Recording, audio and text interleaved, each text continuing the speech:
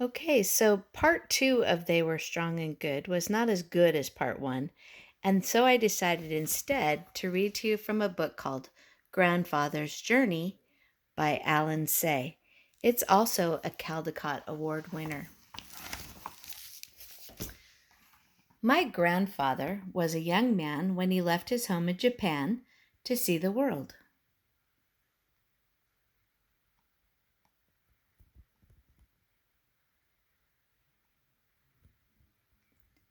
He wore European clothes for the first time and began his journey on a steamship. The Pacific Ocean astonished him. Again, the artwork is beautiful. For 3 weeks, he did not see land. When land finally appeared, it was the New World. He explored North America by train and riverboat and often walked for days on end.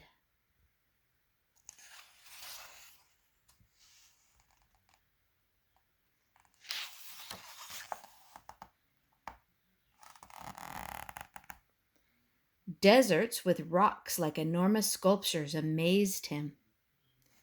The endless farm fields reminded him of the ocean he had just crossed.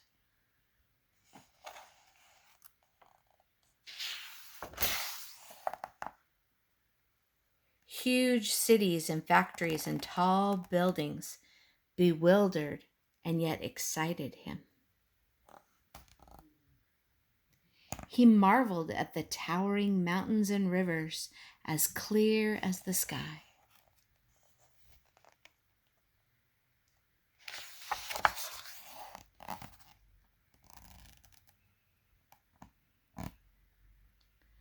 He met many people along the way. He shook hands with black men and white men and yellow men and red men. The more he traveled, the more he longed to see new places and never thought of returning home. It's a steamship.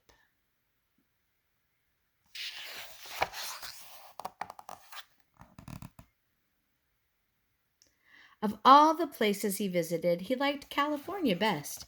He loved the strong sunlight there and the Sierra Mountains and the lonely seacoast. After a time, he returned to his village in Japan to marry his childhood sweetheart.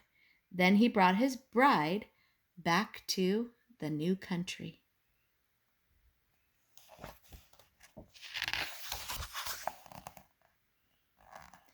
They made their home by the San Francisco Bay and had a baby girl. As his as his daughter grew, my grandfather began to think about his own childhood, and he thought about his old friends. Here's his daughter. He remembered the mountains and rivers of his home. He surrounded himself with songbirds, but he could not forget.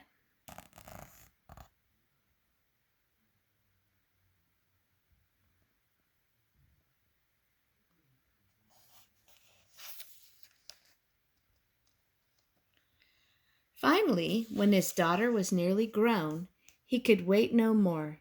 He took his family and returned to his homeland.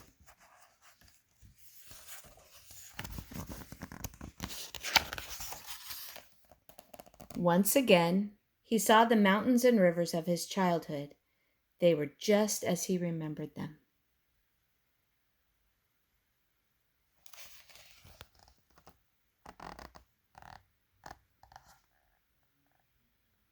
Once again, he exchanged stories and laughed with his old friends.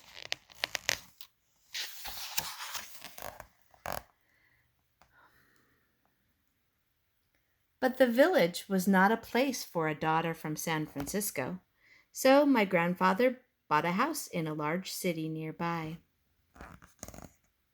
There, the young woman fell in love, married, and sometime later, I was born. So this is Alan Say's true story of his life, or his ancestors. Aww. When I was a small boy, My favorite weekend was to visit my grandfather's house. He told me many stories about California. He raised warblers and silver eyes, but he could not forget the mountains and rivers of California. So he planned a trip.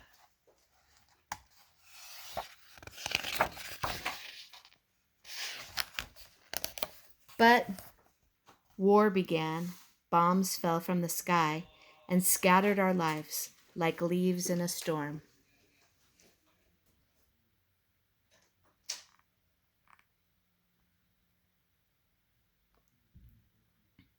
When the war ended, there was nothing left of the city and of the house where my grandparents lived.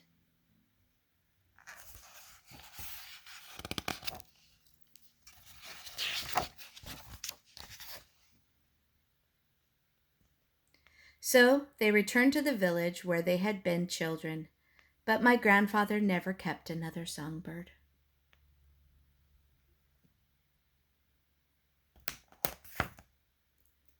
The last time I saw him, my grandfather said that he longed to see California one more time, but he never did.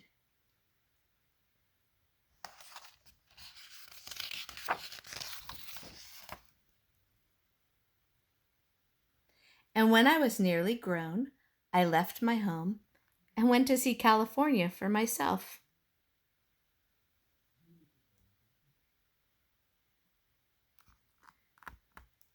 After a time, I came to love the land my grandfather had loved and stayed on and on until I had a daughter of my own. But I also miss the mountains and rivers of my childhood.